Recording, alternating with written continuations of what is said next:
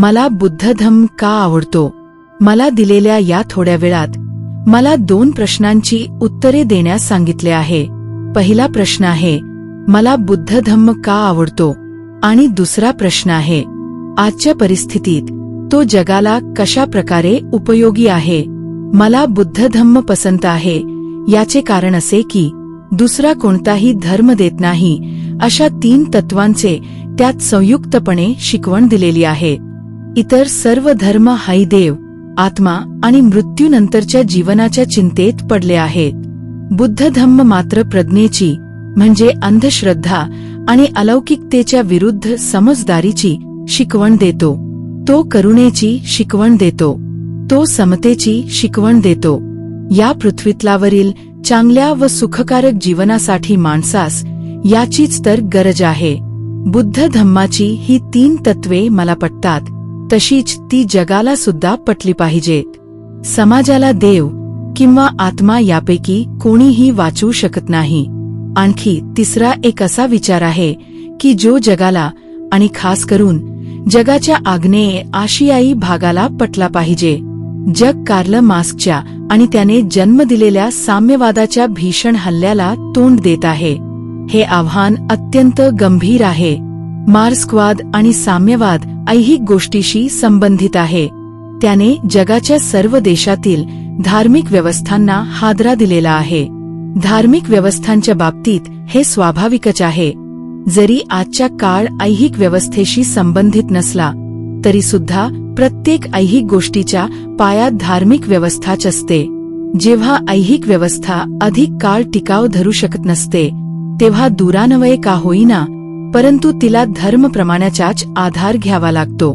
आग्नेय आशियातील बौद्ध देशांचे मन साम्यवादाकडे वळल्याचे पाहून मला भयंकर आश्चर्य वाटते. याचा अर्थ त्यांना बुद्ध धम्मच कळत नाही. माझा असा दावा आहे की बुद्ध धम्मच मार्क्स आणि त्याच्या साम्यवादाला संपूर्ण उत्तर आहे. रशियाच्या पद्धतीत साम्यवाद रक्तरंजितपणे तो घडवून आणू पाहतो. बौद्ध समाज मात्र तो रक्तहीन मानसिक क्रांतीतून घडवून आणतो. जे साम्यवादाचा स्वीकार करण्यास उत्सुक आहेत त्यांनी हे लक्षात घ्यावे की संघ हे साम्यवादी संघटन आहे. संघात खाजगी मालमत्ता नाही.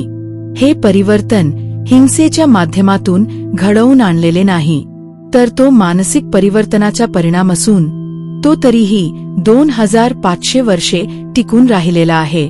त्याला कधी काही अवकळा आली असेल परंतु विचार मात्र अजूनही बंधनकारकच आहे. रशियाच्या साम्यवादाने याचे उत्तर दिलेच पाहिजे. त्याने तशाच 2 अधिक प्रश्नांची उत्तरे दिली पाहिजेत.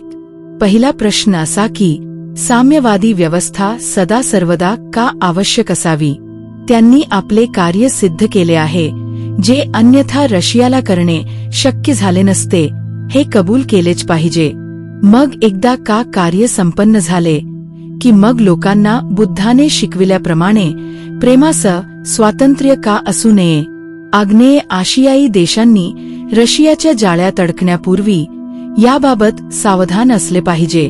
नंतर ते त्यातून कधीही बाहेर पडू शकणार नाहीत. त्यांना फक्त एवढेच करावयाचे आहे की बुद्धाच्या आणि त्याने सम्यक कशाला म्हटले आहे याचा अभ्यास करून त्यांच्या शिकवणीला राजकीय आकार द्यायचा आहे. गरिबी सर्वत्र आहेच आणि ती तशी राहीलही. अगदी रशियात सुद्धा गरिबी आहे, परंतु गरिबी हे मानवी स्वातंत्र्याचा गळा घोटण्याचे निमित्त मात्र ठरू शकत नाही. दुर्दैवाने बुद्धाच्या शिकवणीचा योग्य ते अर्थ लावला जात नाही आणि ती समजून घेतली जात नाही. त्यांची शिकवण हे सत्य आणि सामाजिक सुधारणेचा संग्रह आहे याबद्दल संपूर्ण गैरसमज झालेला आहे. बुद्धाचा धम्म हे एक सामाजिक तत्वज्ञानही आहे. याची का एकदा जाणीव झाली की मग त्याचे पुनरुज्जीवन करणे ही एक चिरंतन घटना ठरेल आणि मग बुद्ध धम्म सर्वांनाच पटण्यासारखा का आहे हे जग समजू शकेल.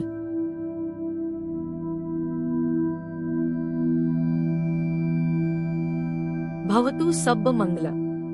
साधु साधु साधु.